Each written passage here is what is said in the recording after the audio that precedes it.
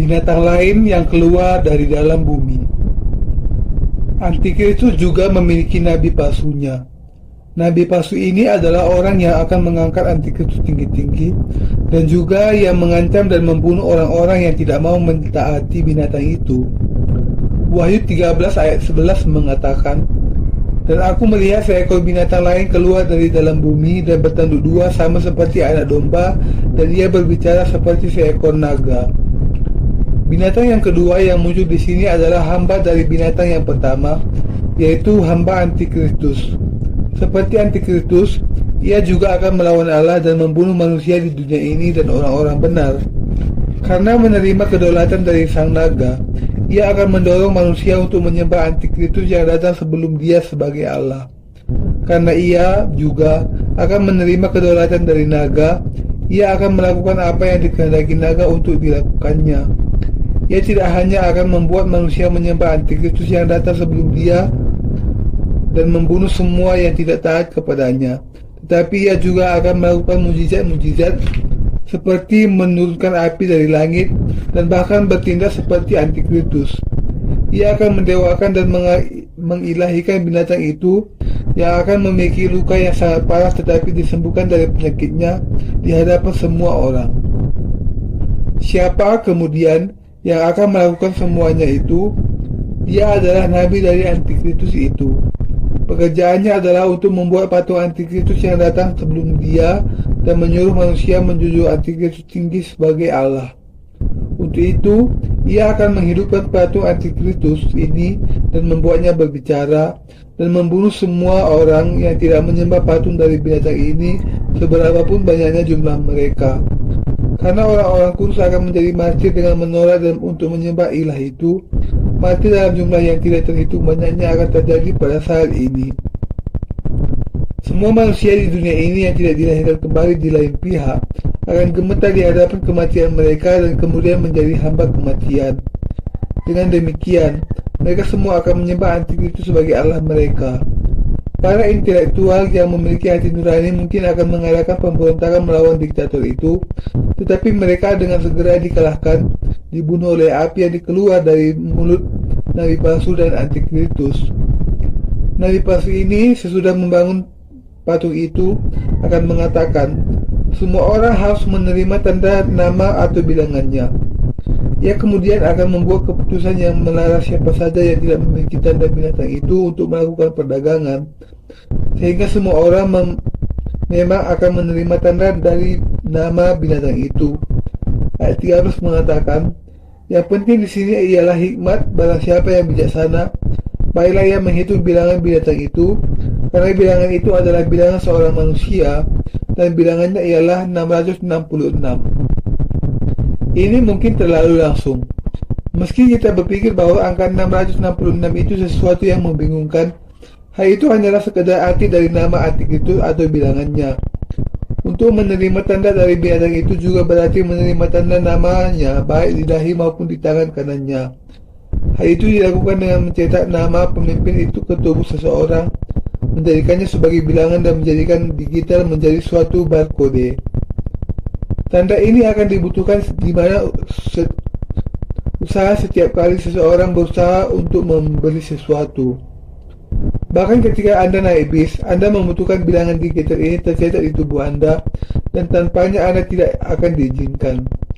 Saat ini adalah saat digital yang seperti ini. Ini adalah masa bilangan. Segala sesuatu sudah diterjemahkan menjadi bilangan. Apa yang tadinya sangat rumit sekarang menjadi sangat sederhana.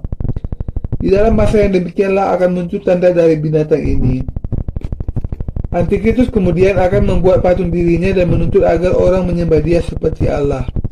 Masanya akan sungguh-sungguh datang ketika manusia akan dituntut untuk menyebut antikristus sebagai Allah mereka, memuji dan menyebut namanya dengan hormat, dan menerima namanya di tangan kanan atau di dahinya. Ketika hal yang demikian terjadi, orang-orang kudus semuanya akan menjadi martir. Antikristus akan menuntut orang-orang kudus untuk menerima tandanya dan menyembah dia sambil mengatakan, jadi kamu percaya kepada Yesus?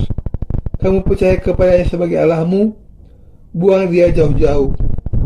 Tunduklah kepada patungku dan sebut aku sebagai Allah. Percaya kepada aku sebagai yang mutlak. Kalau tidak, pasti kamu akan dibunuh.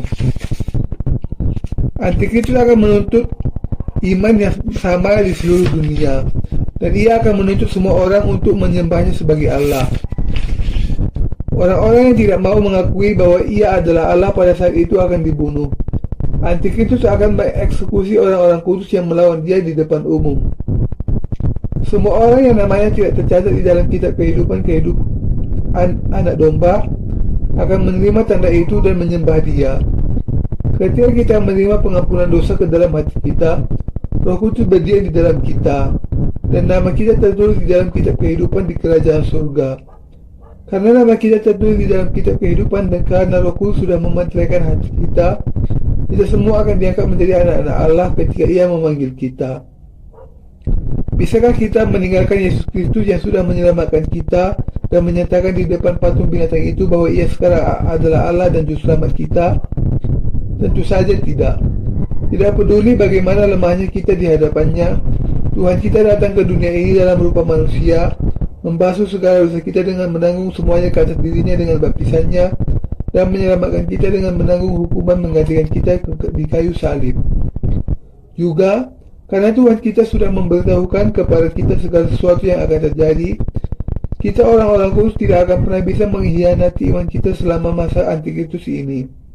Meskipun masa kesengsaraan akan datang kepada kita dan diikuti dengan kematian kita masih percaya bahwa Tuhan akan membuat kita hidup di dalam kerajaan surganya dan membagikan dan mengangkat kita segera setelah kematian kita. Karena kita percaya bahwa setelah pengangkatan kita, Allah akan membinasakan dunia ini dengan mencurahkan malapetaka ke-7 cawan darinya, dan bahwa setelah itu kita akan turun ke dunia ini untuk memerintah selama 1000 tahun. Kita tidak akan pernah berwujud sujud di hadapan patung itu. Inilah sebabnya orang-orang kudus dan para hamba Allah akan dengan rela menyerahkan nyawa mereka. Nabi palsu kemudian akan berusaha untuk meyakinkan kita akan hal sebaliknya. Ia akan berusaha membeli kita dengan mengatakan, "Lihat, kekacauan sedang merajalela di dunia ini sekarang." Ketika semua orang, termasuk semua kaum intelektual dan para ahli, percaya dan mengikuti pemimpin terhebat kita sebagai Allah, bagaimana kamu masih terus menolak untuk percaya kepada Raja kami yang mutlak ini? Tetapi kalau kita tahu dan percaya kepada firman Allah sebagai biasanya, kita kemudian akan menang dengan menyambut kematian kita. Di dalam kitab Wahyu 14 disebutkan mengenai 144.000 orang kudus yang memuji Allah di surga. Ini menjelaskan tentang kebangkitan dan pengangkatan orang-orang kudus setelah terjadinya kematian mereka. Dari bagian lain di dalam Alkitab, seperti yang dikatakan Paulus kepada kita tentang kedatangan Kristus yang kedua kali atau yang dinubuatkan oleh para hamba Allah yang lain di dalam perjanjian lama, kita juga bisa menemukan penjelasan mengenai pengangkatan yang dengannya orang-orang kudus akan diangkat ke angkasa dan mengikuti perjamuan kawin awan anak domba dengan Tuhan. Ke dalam perjamuan kawin inilah orang-orang kudus akan masuk. Ketika orang-orang kudus kemudian masuk ke dalam perjamuan kawin anak domba di surga, malapetaka ke-7 cawan akan dicurahkan ke atas bumi, sepenuhnya membuat hancur. Setelah itu, dunia akan diperbarui, dan orang-orang kudus kemudian akan turun ke sana bersama dengan Tuhan dan memerintah di dalam kerajaan Kristus selama 1000 tahun selanjutnya. Ketika kita memahami semua kenyataan ini, bisakah kita sungguh-sungguh menyebut Antikristus sebagai Allah, meskipun dia melemparkan semua godaan dan bujukan untuk membuat kita bersujud di hadapan patungnya, menyembah dia sebagai Allah, dan meninggalkan iman kita kepada Allah yang benar? Tentu saja tidak. Sebagaimana yang tertulis di dalam Alkitab, iman adalah dasar dari segala sesuatu yang kita harapkan dan bukti dari segala sesuatu yang tidak kita lihat. Ibrani 11 ayat 1. Nabi-nabi percaya kepada apa yang dikatakan Allah kepada mereka sebelum mengenai hal-hal yang akan datang. Para hamba dan umat Allah yang percaya kepada firman semuanya adalah para imam dan nabi. Dengan membuat kita memberitakan Injil pengampunan dosa kepada semua manusia di seluruh dunia, Allah membawa banyak jiwa untuk menerima pengampunan dosa mereka. Karena Tuhan sudah menyelamatkan kita meski bagaimanapun kelemahan kita di hadapannya, Allah sudah menjadikan kita sebagai umatnya, dan sampai saat ini, Dia sudah mengasihi, menuntun, dan memberkati kita dengan tidak berubah. Tuhan bukan hanya memberikan kepada kita kedamaian bagi jiwa kita, tetapi Ia juga sudah menyediakan tempat pengharapan bagi kita di dalam kerajaan surga dengan memberikan kepada kita Roh Kudus. Dengan demikian, ketika kita mendengar Antikristus menyuruh kita menyembah Dia sebagai Allah, kita tidak bisa tidak melawan Dia dari kedalaman hati kita.